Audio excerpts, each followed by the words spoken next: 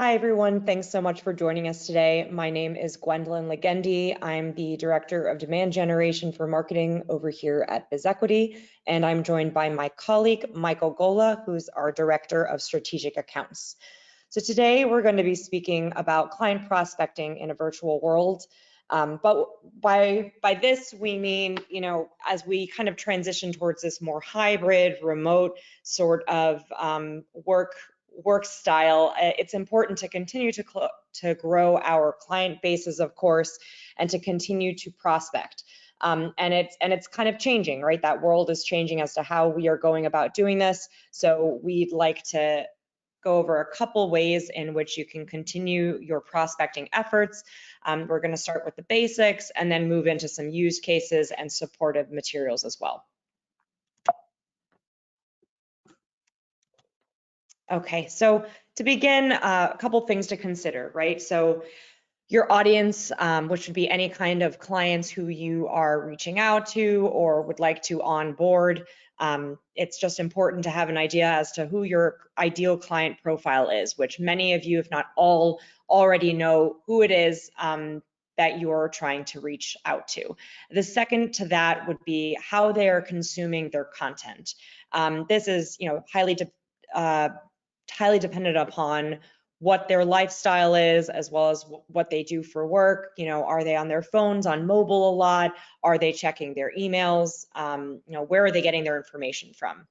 And then lastly, it's the value of the service that you bring to the table. So why it's important for clients to work with you, and to be able to effectively communicate that is often quite difficult. So we'll just kind of touch upon those three as well. So we'll have email marketing, social media, and paid search to begin. The first and foremost would be email marketing. We're all pretty familiar with this. Whether you're using a mass email campaign manager such as a MailChimp or a HubSpot to blast out hundreds of emails, or if you're just one-off sending your clients emails, all three of these points apply to them. So to begin, it's all about the subject line. What is it that gets somebody to open up an email? We are bombarded by hundreds of emails every single day. So it's important to kind of think about why your prospective client should be opening.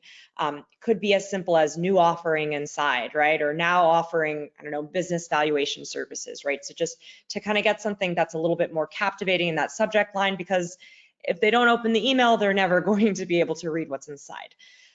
Then we move on to messaging. So to keep it concise, generally blocks of text are not as, are less conducive for people to kind of read through, or less easy for them to read through.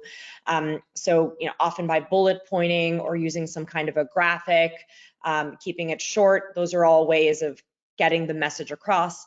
And then to close, a call to action. So what is it that you want out of this transaction?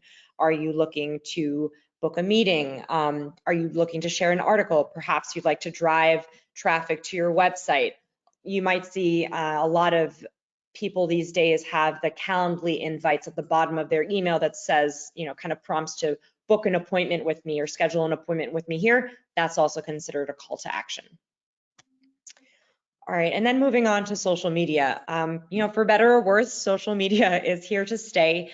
We've got about 4 billion people around the world who are using social media every month, and 2 million new users every day. So for the purpose of this this session, we're only going to focus on the four main ones: Instagram, Facebook, Twitter, and LinkedIn.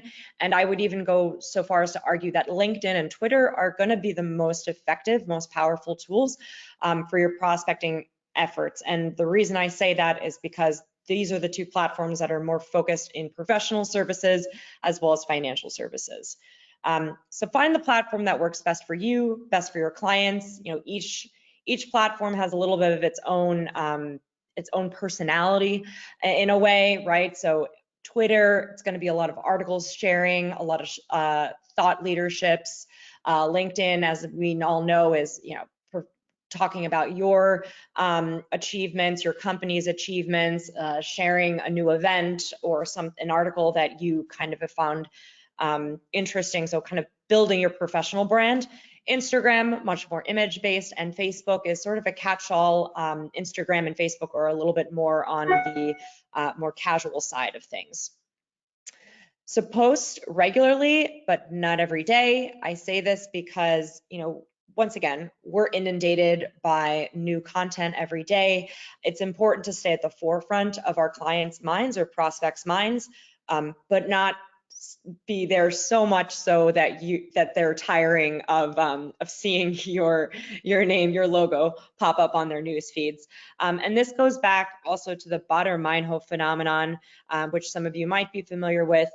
You see or you hear a service, and it might not apply to your prospective client today when you're posting, but maybe down the line, a week down the line, a couple days, all of a sudden, they're hearing about this service again, and it's ubiquitous, right? It's all over the place. So that's why it's important to sort of be there, very current, very present in your clients' feeds, but not overbearing. And then lastly, it's a great place to test more humorous, relatable content. It's shown that people are becoming more and more human on these more social media platforms, even in the professional service spaces. So it's a good place in order for you to kind of show a little bit more what's behind the curtain there. And then we're going to close on paid search, also known as digital advertising. So a couple words here that you might be familiar with. SEO, which is search engine optimization. This is where your website is displayed on Google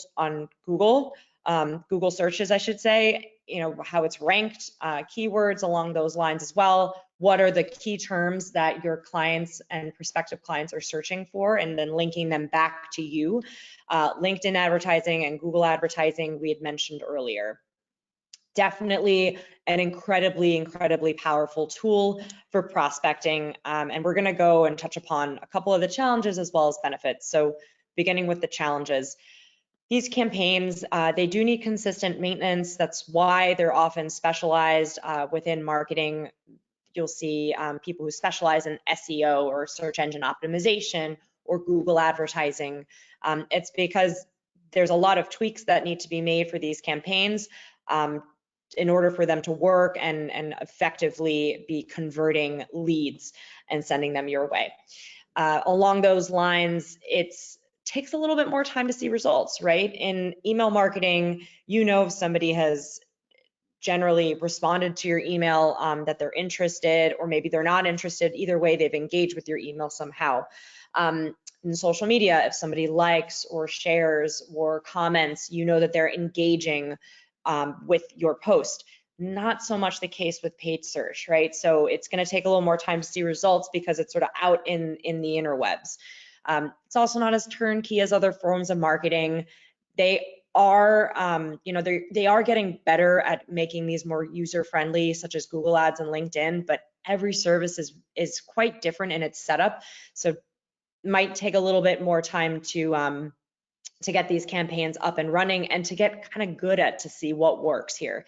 And lastly, they tend to be a little bit pricier. It's not always the case, but because once again, we're in financial services, you're going to be what's called bidding against other financial service professionals or financial institutions. And the price point for the industry is just higher. Moving on to the benefits though, you can create a highly defined target audience. And by that, you can get as granular as what are their interests, if they like to golf, if they're a family business owner, if they have a dog. I mean, these are all really highly customizable ways of getting in front of your clients. So you can kind of build out your target audience and very precisely target them. Another thing is it broadens your reach significantly, right? On social media, you're targeting your network of prospects. Same goes for email. You have to have an email address, right? With paid advertising, you can reach hundreds upon thousands of individual prospective users just by setting up one campaign. Similarly, it's great for building brand awareness if that's a goal of yours, if you're just trying to kind of get the word out about either a new service that you're offering or your firm. This is a great way to do it. Once again, because it's scalability, which brings us to the last point. It is highly scalable, and yeah, it's all in all just a very powerful tool to use. So I'm going to stop right there and turn it over to my colleague, Michael Gola. Great, thank you, Gwen, and thank you all for carving out time out of your busy schedule to be with us today. We're now going to shift the conversation over to some of the tools and content and material that you have at your fingertips as a BizEquity user that'll ultimately help you better market and prospect our BizEquity platform here. And where we'll start is with our prospecting database. So as you go out and you begin to start thinking about who you're going to target and start creating lists, the prospecting tool gives you about 33 million small businesses to canvas from.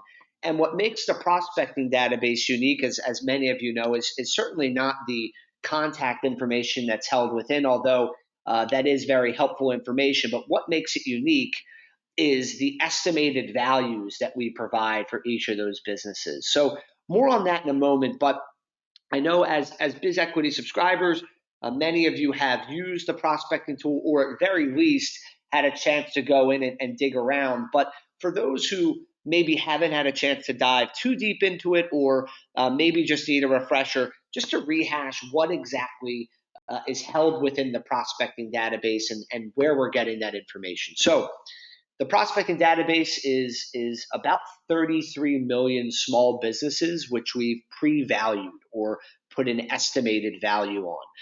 What we're doing is simply getting public information on these private businesses, and whatever's available to us, we'll filter it through our valuation calculator and produce these estimated values. We'll also then serve up the key contact information for each one of these businesses. For some business, it may be one contact, and you may have a phone number, an email address, some other relevant information. And for others, you could see up to 10 to 20 different contacts held within. But what the tool itself is going to do is it's going to give you an understanding before you even approach a prospect, how in the ballpark or accurate both the estimated value is, as well as the key contact information through a grading scale.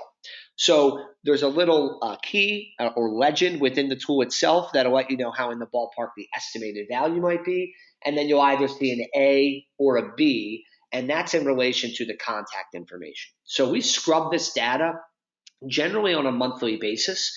If you see an A grade for the contact record information, that means that we've scrubbed the information. It's most likely up to date and accurate.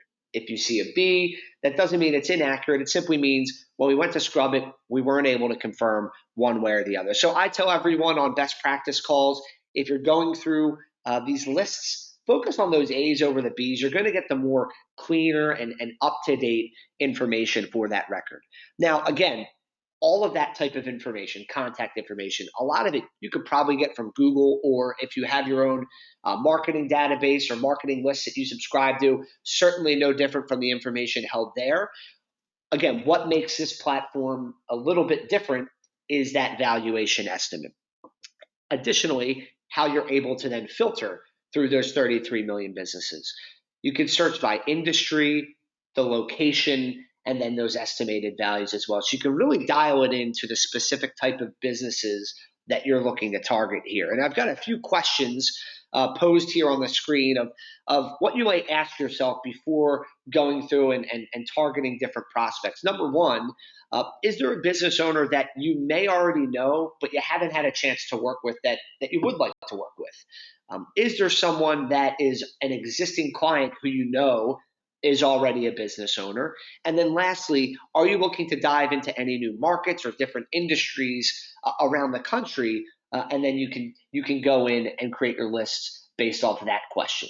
So what makes the valuation estimate a powerful tool from a marketing and prospecting perspective is that, let's say you're going to reach out to a business owner via email, and you're simply trying to get them a 30-minute consultation to get a valuation done. What you may say is something as simple as, Mr. or Mrs. Business Owner, if you're like 98% of private businesses in the United States, you probably haven't had a full and appropriate valuation done of your business. I see here you're estimated at, say, $3.5 million now. That may or may not be correct, but I'm reaching out today to schedule a 30-minute complimentary valuation of your business, right? Right there, it makes it a little bit warmer, being able to bring that estimated value. And sometimes, look, that valuation estimate you'll see is going to be somewhat off from the actual value, but that's the whole point and purpose here. If they were the actual values, then we would have no reason to be reaching out to these businesses. So I encourage you, if you haven't already leveraged that piece of intel, to go in, find some prospects, and use the estimated value in those marketing and prospecting outreaches. So now moving on to some of the other tools and specific marketing content that we're delivering in the platform. I want to start here with what we call the BizEquity playbook. We titled it the 50-day sprint. The reason being is that this is an 8-week marketing blueprint. So it will take you week by week, each week giving you specific marketing best practices and different ways to market the tool to business owners in your footprint or whatever footprint you're looking to target. What's also included within the playbook that's ultra helpful are different talking points or nuggets to have or to take to these marketing efforts to help business owners essentially understand why they should start thinking about valuation long before they're looking to sell the business. So there's a few pages with some of those talking points. And then last but not least, it also includes some additional call scripts and then prospecting email examples. If you haven't taken a look at these either in the playbook or in our success center, I highly encourage you to take a look at some of those call scripts and prospecting email examples. These are great word tracks that you can use in an email campaign. You can use them with a simple LinkedIn post as well, or if you're going the old-fashioned way and calling, you can use it. You can use it in that regard as well. But the really nice thing about both the call scripts and the email examples is that they're not words or language from our team here at BizEquity. We actually collaborated with some of our what you call quote unquote power users. So folks that are running plenty of valuations throughout the year, have had a lot of success actively marketing valuation to business owners. So we took their words, we put them in these guides for you to use, and it's as simple as copying and pasting those right from this guide. Again, whether it's LinkedIn or an email campaign, right there, pretty turnkey way to get that into either an email or LinkedIn post. Now, transitioning over from the playbook to the BizEquity Success Center. So similar to the prospecting tool, I imagine if you've been in your console, you've seen the Success Center at least in some form or fashion, whether you've dove deeply into it or not. I'm sure you've seen it. And what we have in here is an array of different tools for you. We have things like, again, the emails, the call scripts. We have fully customizable marketing PDFs where you can put your logo and your contact information on there, use those in a social media or email campaign. We have client-facing presentations. So this is something I think is overlooked a lot of time, and it's probably a little bit of our fault here when we talk about the Success Center to all of you who are users. But we have these pre-built slide deck presentations, and they're pretty versatile in terms of how I've seen them used successfully. Again, on social media in an email campaign, they're not long presentations. They're usually between 5 and 10 slides, but there's two different versions. One is what we call COI centric or center of influence centric. These are decks that if you were looking to engage with a CPA, estate planner, divorce attorney, those centers of influence that you want to work with to create those nice ecosystems of referrals, it's a nice piece to distribute to them, let them know about the process and ultimately how they can help business owners understand their value simply by working with you. The second type of presentation we have is more what we call client-centric, and that's more catered to the business owners themselves. So again, something you could give to them, let them know about the process, but more importantly, give them some reasons and an understanding of why they should start thinking about valuation right now. Lastly, here we have some additional playbooks. So I mentioned, of course, our 50-day sprint, but we also have some playbooks on social media marketing in specific, hosting events, attending events, and then here we also have some white papers. Most of those, quite frankly, are more catered to helping you, the BizEquity user, but some of them would be relevant and certainly helpful if you were looking to get those in front of business owners themselves. So moving forward here from the Success Center, I wanted to talk just very briefly about the process of gathering and entering the data into the system. And you may be thinking, well, what does this have to do with marketing the platform? And I'll get into that in a moment. But as most of you know, there's really three ways to gather and enter the info. The first of which is you get the tax forms, you get the income statements, you input the information yourself. The second two ways are ways that you can uniquely leverage in a marketing effort as well. We have, of course, our BizEquity Fact Finder, which is the questionnaire, the PDF that someone else can fill out for you. All the information we need to complete evaluation, they send it back.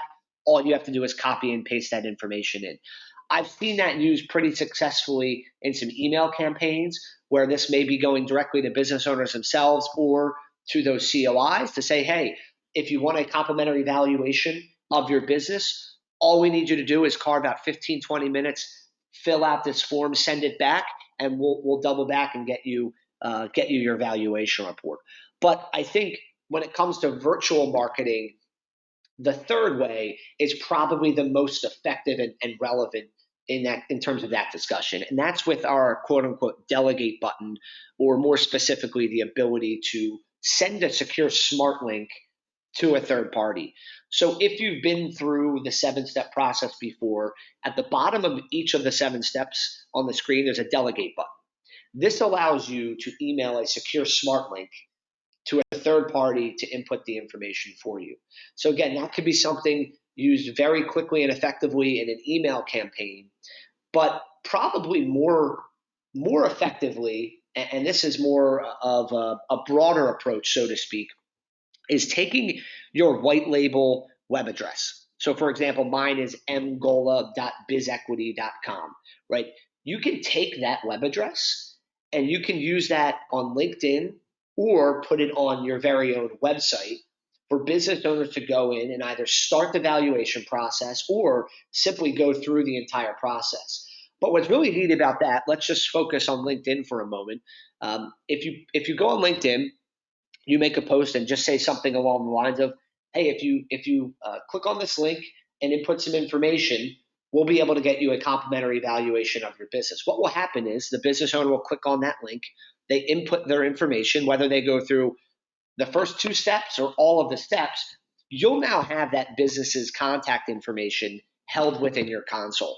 So even if they went through the first 2 steps, you now have the business's name, their industry location, and then their phone number, email address, and other relevant contact information. So it's a great marketing tool, at very least, just for getting business owners' contact information. But I've heard from other folks who have used it on LinkedIn or in an email campaign, they've actually had folks go through and put in all of the information and actually went through the entire process. So I encourage you, if you haven't gone down that road of leveraging the ease of use of copying your BizEquity web address, go through that process, test it out. I think you'll be pleasantly surprised with some of the results there. Because again, as soon as someone inputs that information, you'll get an email letting you know that its evaluation started and it's now saved in your very own console there.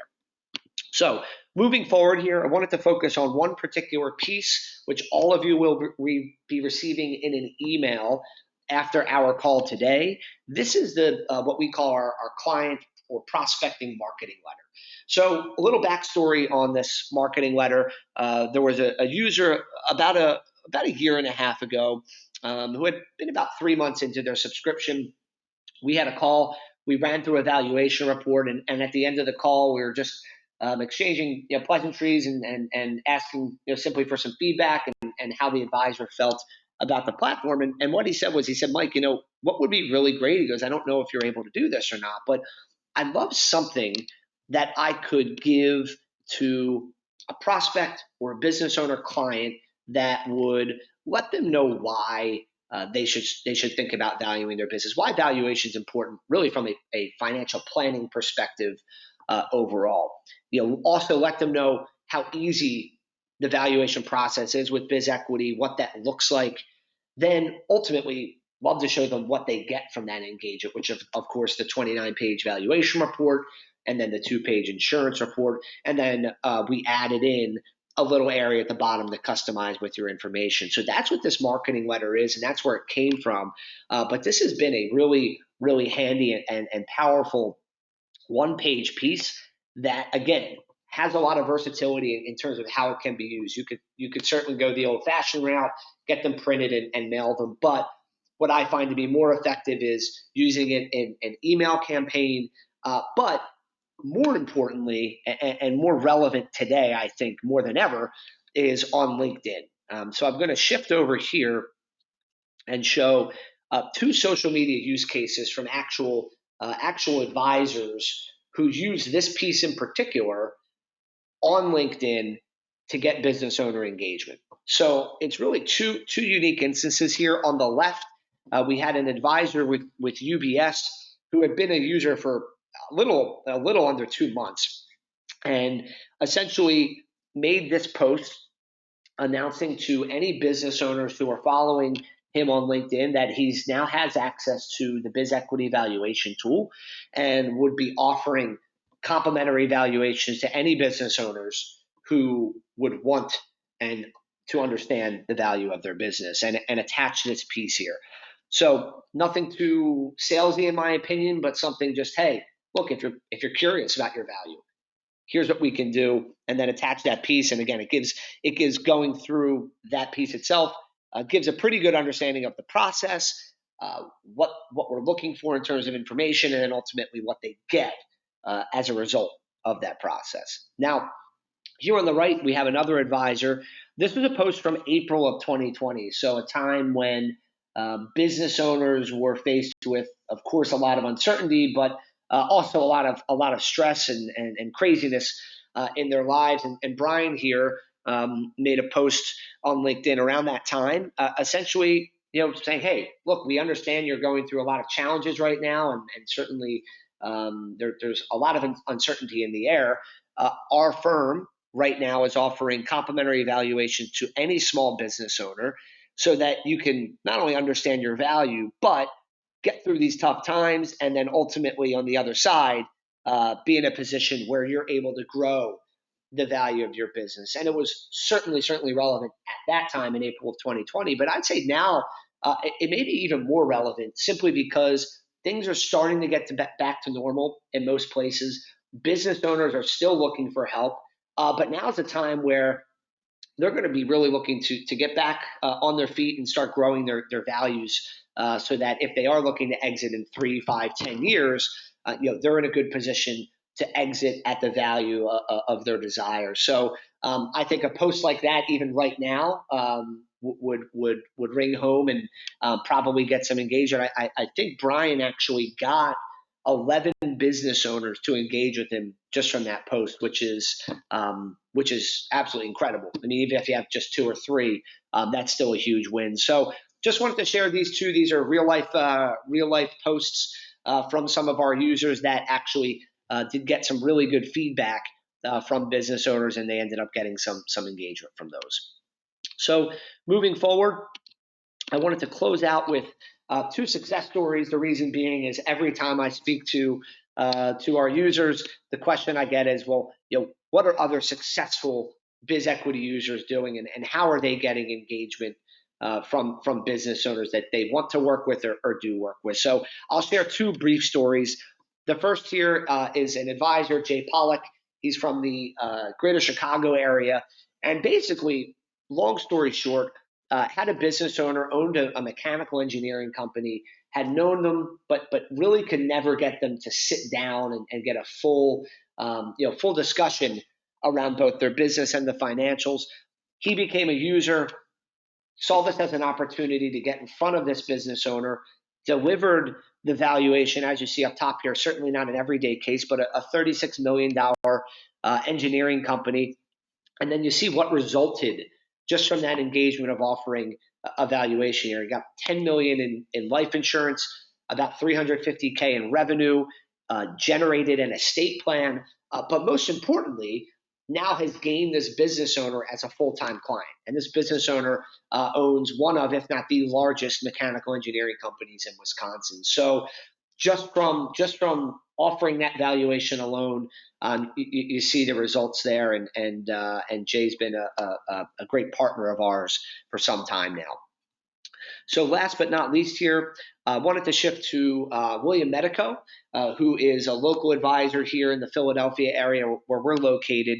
And this was a manufacturing company who he had a long-standing relationship with. They had the business's 401k plan for just about 10 years, but again, never could really get the owner to sit down and talk about both succession planning for the business, but also their own personal financial plans. So he used the valuation as a tool to get in the door, to get that engagement, to sit down, deliver the valuation of around $27 million. And you see, again, some numbers that resulted from that. There was $25,000 financial planning fee generated.